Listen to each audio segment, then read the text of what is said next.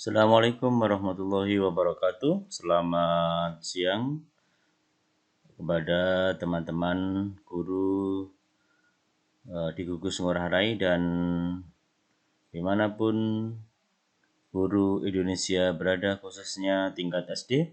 Pada kesempatan ini saya akan menyampaikan materi guru belajar seri asesmen kompetensi minimum untuk tingkat sekolah dasar.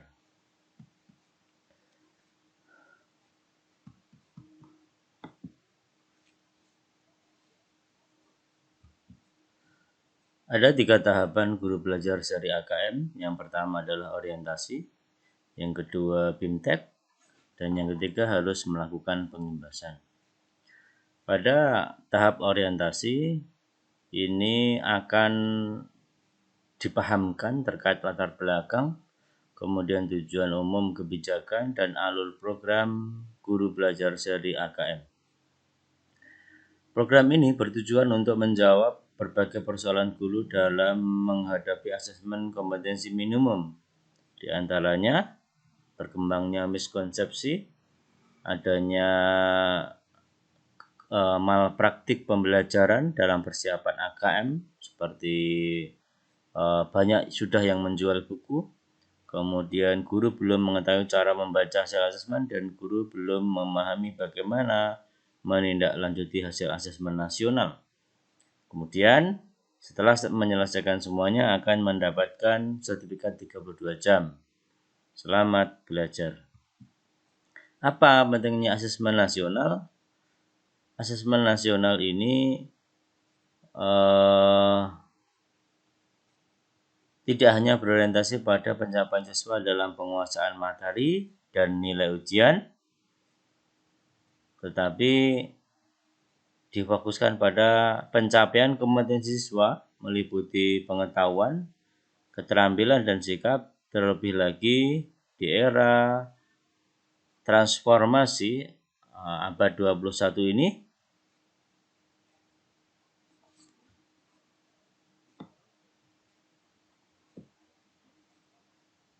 Siswa harus memiliki kecakapan belajar dan inovasi, kemudian kecakapan teknologi dan informasi, kemudian kecakapan hidup untuk bekerja dan berkontribusi kepada masyarakat.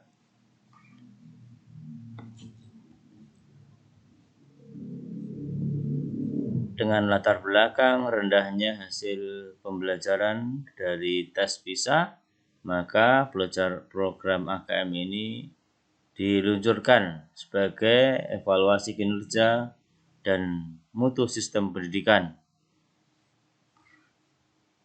Jadi AKM ini tidak memiliki konsekuensi apapun pada pencapaian proses belajar siswa, namun memberikan umpan balik untuk ditindaklanjuti pembelajaran dan kompetensi siswa di kelas berikutnya.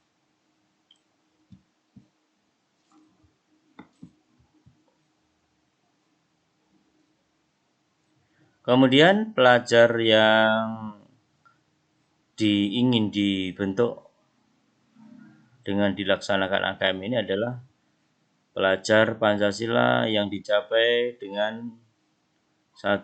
Beriman dan bertakwa kepada Tuhan Yang Maha Esa serta berakhlak mulia, berkebinaan global, mandiri, bernalar kritis, kreatif, dan gotong royong. Nah, kalau ditampilkan dalam diagram seperti ini. Ada kebinakaan, gotong royong, kreatif, bernalar kritis, mandiri. Kemudian perhatikan bagian berikut ini. Ya, jadi kompetensi siswa itu diantaranya tujuannya adalah untuk membekali kecakapan abad 21 dan profil pelajar Pancasila.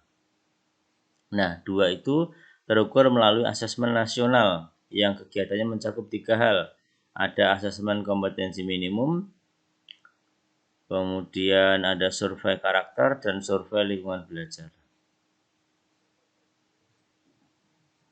Kemudian yang kedua adalah program BIMTEK. Pada program ini kita akan belajar mengenai konsep asesmen, teknik pelaksanaan, butir soal, tingkat SD, dan tindak lanjut.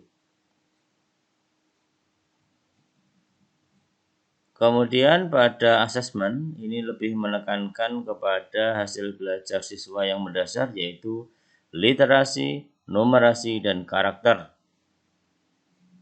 Nah, ketiga tujuan itu dapat diambil nanti dari kegiatan asesmen yang mengukur kompetisi dasar membaca dan menumerasi, kemudian survei karakter yang mengukur sikap, nilai, keyakinan, dan kebiasaan siswa, kemudian survei lingkungan belajar untuk mengukur kualitas berbagai aspek input proses mengajar di kelas maupun di tingkat sekolah.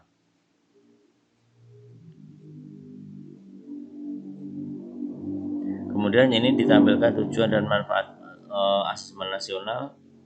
Di antaranya adalah potret kualitas pembelajaran di sekolah atau daerah. Yang kedua, umpan balik peningkatan kualitas pembelajaran di sekolah dan daerah. Yang ketiga, dasar untuk menyusun program peningkatan kualitas pembelajaran di daerah dan sekolah. Nah, ini kalau dibandingkan antara asesmen dan ujian nasional, ini tujuannya sudah berbeda. Kalau asesmen AAN untuk mengevaluasi mutu terkait sistem satuan pendidikan. Kalau ujian nasional untuk mengevaluasi capaian belajar murid secara individu. Kemudian levelnya kelas 5 SD ya khususnya ya. Kemudian kalau dulu ujian nasional itu kelas 6.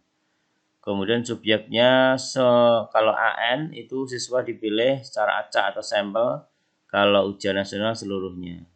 Kemudian model soal ada pilihan ganda, kemudian menjodohkan isian singkat dan uraian. Kalau dulu hanya pilihan ganda dan isian singkat. Nah, ini perbedaannya. Jadi dapat ditegaskan asesmen nasional bukan pengganti ujian nasional. Asesmen nasional lebih memberikan gambaran yang lebih utuh dan halus dan luas mengenai mutu pendidikan bukan hanya secara kognitif namun juga karakter dan iklim belajar. Nah, ini petunjuk teknisnya asesmen nasional yang di sebelah sini ya, ada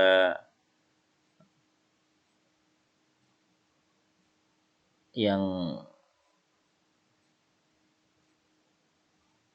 kemudian berbasis komputer dan bersifat adaptif. Kemudian peserta KM itu seluruh satuan pendidikan, kemudian sampel secara acak. Kemudian bentuknya untuk SD adalah tes literasi 75 menit, hari pertama survei karakter 20 menit.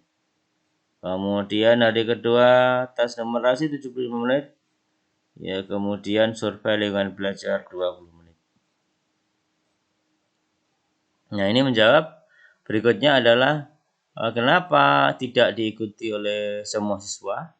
Ya karena AN ini tidak digunakan untuk penentuan kelulusan individu. Ini untuk pemetaan mutu sekolah dan sistem pendidikan. Jadi sudah terwakili oleh populasi sampel tersebut. Nah, kenapa pada peserta kelas 5 di tingkat SD khususnya? Ya, agar hasil atau pemetaan tersebut dapat digunakan untuk memperbaiki ketika anak tersebut masih belajar di sekolah itu, ya, di satuan pendidikan itu. Jadi AKM ini untuk pendidikan kesetaraan berfungsi sebagai ujian kesetaraan. Ini bentuknya pilihan ganda kompleks, menjodohkan, uraian, dan isian singkat. Nah, kemudian ada konsep numerasi, ini ada bilangan, pengukuran, data, dan ketidakpastian, kemudian aljabar. Ada proses kognitif, yaitu pemahaman, dan lain-lain, kemudian penerapan, penalaran. Kemudian pada konteksnya personal, sosial, budaya, dan saintifik. Nah, ini tindak lanjutnya.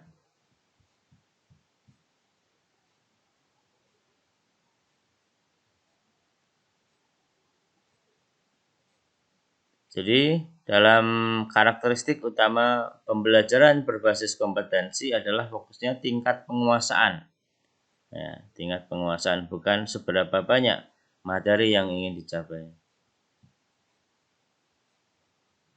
Nah, ini perbedaannya pembelajaran berbasis kompetensi dan berbasis konten.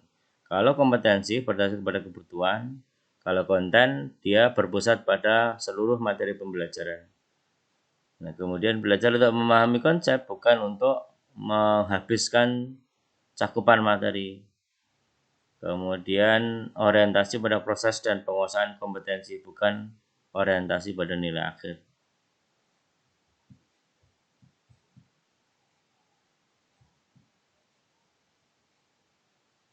Jadi setelah umum digambarkan dalam segitiga belajar.